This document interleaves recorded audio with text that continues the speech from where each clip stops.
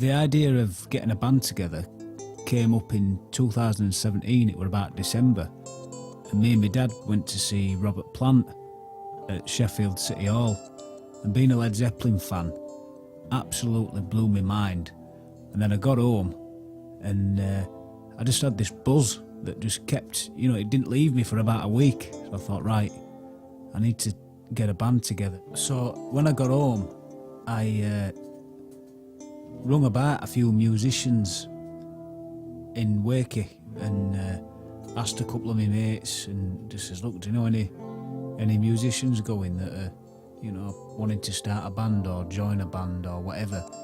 And I rung a couple of college mates and just said, are you still musically active? Some of them weren't, and some of them were still going, so I went to a couple of open mic nights just to try find some band members and some mates as well.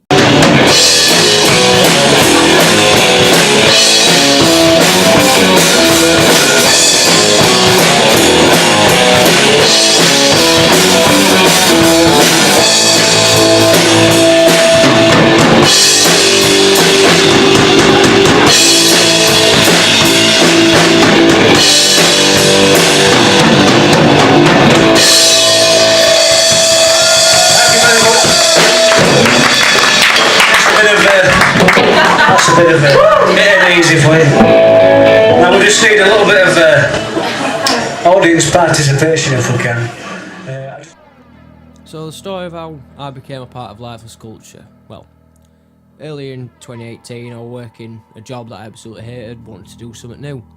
So one night I ended up going to my local pub, the Hop, having a couple of bevies there, then moved on to another pub, bumped into a lad I know, asked him if he knew any bands wanting a bassist.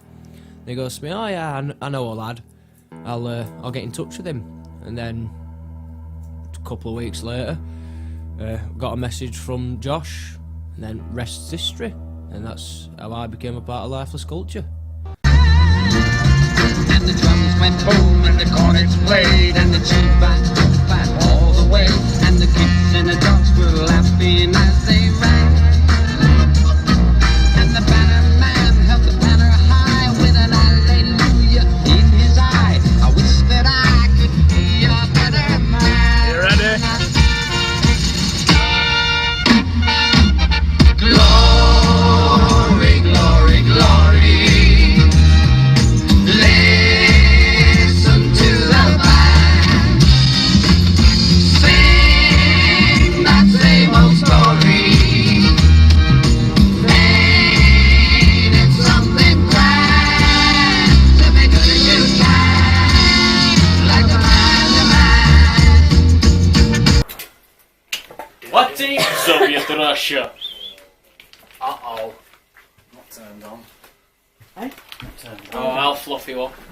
That's one of my first jobs, porn star fluffer. Just, Matt, speak 1, 2. 1, 2. Oh, 1, okay. 2. 1, 2. You've done that. I'm giving you no more drugs. My job within Lifeless culture, it is to play bass, provide the rhythm, crack the occasional joke, and be Josh's right-hand man. One of our first gigs, it was a venue called the Henry Boons, and I got so pissed before we went on. I was absolutely bricking it, but somehow still managed to play everything to an extent. How I first started music, I'd say when I was about in 2004, my first proper instrument I started playing was the trombone, then dropped that in 2009 and picked up the bass because my best friends, they played guitar and drums, formed a band. We were in this band on and off for a fair few years. Then I moved on to college, did music there for a couple of years, and then a couple of years after that, met Josh. Our music, best thing since sliced bread, I suppose. So I met Josh down south in 2014, and he was at the beginning of his solo career. So he's always playing on his guitar, and I actually think he spends more time with his guitar than me, which is quite, I don't know how I feel about that, but it's okay because he writes some pretty good songs actually. So, yeah. He's always enjoyed playing solo, but I think when he's in a band, he shows more passion on stage. Not gonna lie, the band has actually had some pretty good ups and some bad downs. At some points, I've actually wanted to battle all of you, including Josh as well. But I think they can only just keep on getting better with the passion and drive and motivation they have. Originally with the name, we were going to be called The Messiah, and then the first thing you do when you think of a band name is Google it.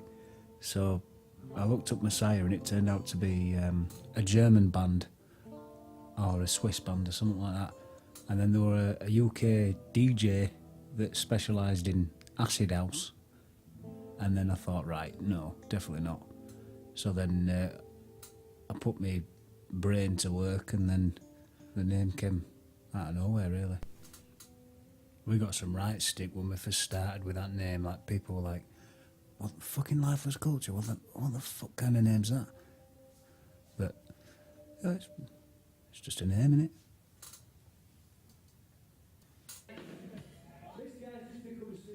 When we first started as a band, and before we actually announced ourselves as Lifeless Culture on social media, we was originally a 4-piece band, and we went out and did his first gig as 4 musicians at Primrose in Leeds.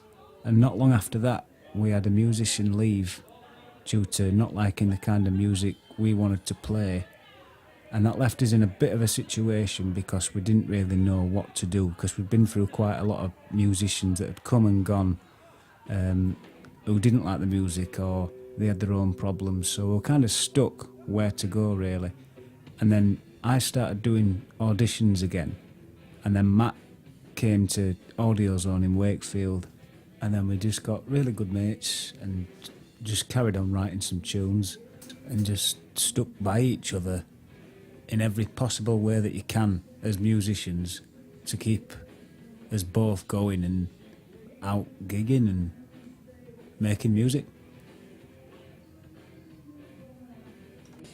I think the best thing that we've done is still stick together after all shit and the twists and the turns and stuff like that every band has, and all people that have said, oh, why don't you rebrand or change the name and be something else and do something else. It's like, nah, this is what we are, this is what we're doing, and if it works, it works. If it don't, then we're gonna make it work. People ask us why we go through so many drummers, but we actually don't. We've got 2 musicians on the go at the minute, which is Fred, who got put forward to us by Sam, one of Matt's mates, who filled in on bass for us at a gig that Matt couldn't make. And Fred is a great drummer and a phenomenal musician, all-round musician. And we've also got Sean, who's insane on the drums. I am from New York. My name is Sean.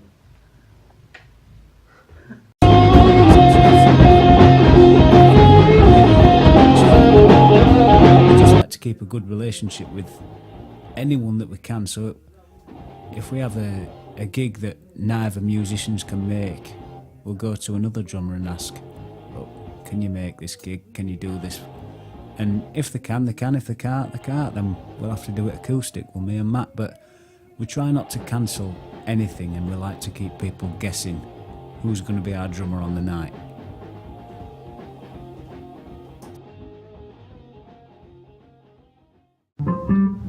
I bought these an hour ago and I'm already absolutely destroyed the head of the stick. You can see it. Bring it over. It's absolutely sick. Got these an hour ago. Great.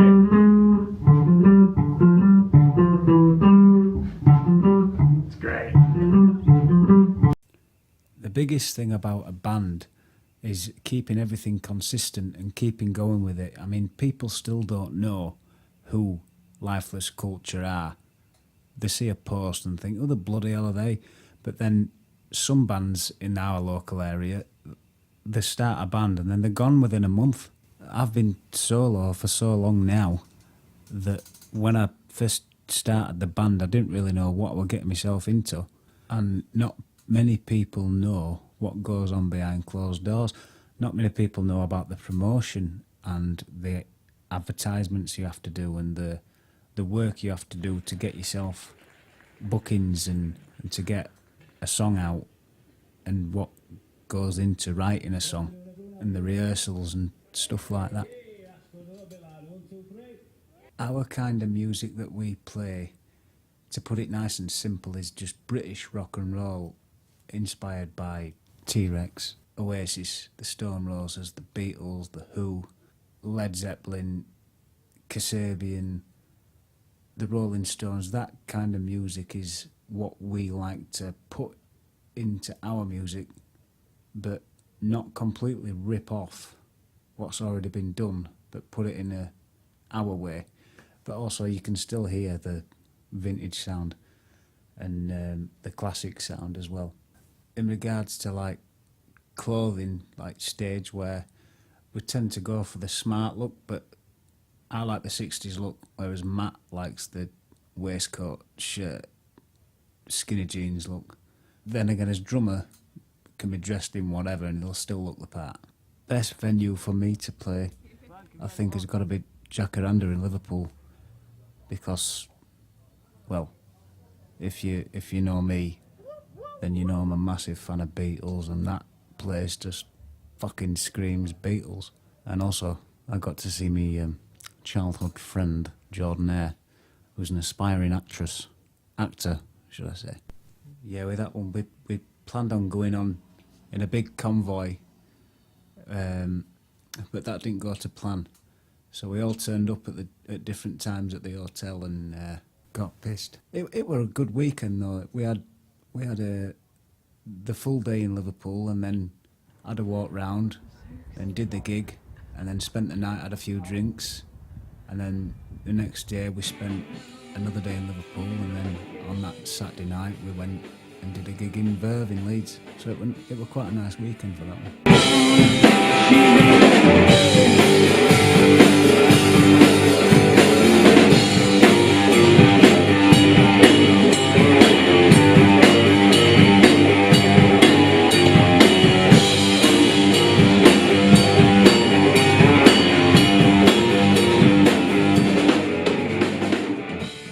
The bands that we're really into at the minute are the Receivers, and they're from York. We've played with them twice, once at Primrose in Leeds and most recently at the Lending Rooms in Leeds. And both shows that they performed were absolutely brilliant, and they're not just a band, they're genuine lads as well. And another band that we're into are Lunar Sounds, and we've played with them recently at Lending Rooms. And they're an all-female fronted band, three-piece, mixed from Manchester to around Leeds, Hyde Park area. We're also going to Birmingham to play with another band called Underground Empire, and we met them at Verve, and we've kept in touch with them. That's a female-fronted band, and we got in touch with them on the night we played. And we've managed to get a gig with them down in Birmingham for their EP launch, so that'll be quite nice. And also a nice little shout out to Sarah Ida, official, over in good old Australia. I think the best gig we've done to date, and I can probably speak for Matt on this one, has got to be the Lending Rooms in Leeds that we did on the 17th of November. The amount of support that we got from our fans and the people who bought our tickets to come and see us, it really did baffle me, because they really showed how much they supported us that night. And even the crowd that weren't there to see us but were there to see the other bands, they stayed and they really made us feel like we were there for a reason. And because we're still a new band, we're still getting his name about. And the days leading up to that gig were so stressful because we didn't know how many people were going to turn up. And I decided that after that gig there were going to be no more Lifeless Culture, there were going to be no more band. But as soon as we'd finished, we'd changed his outlook completely.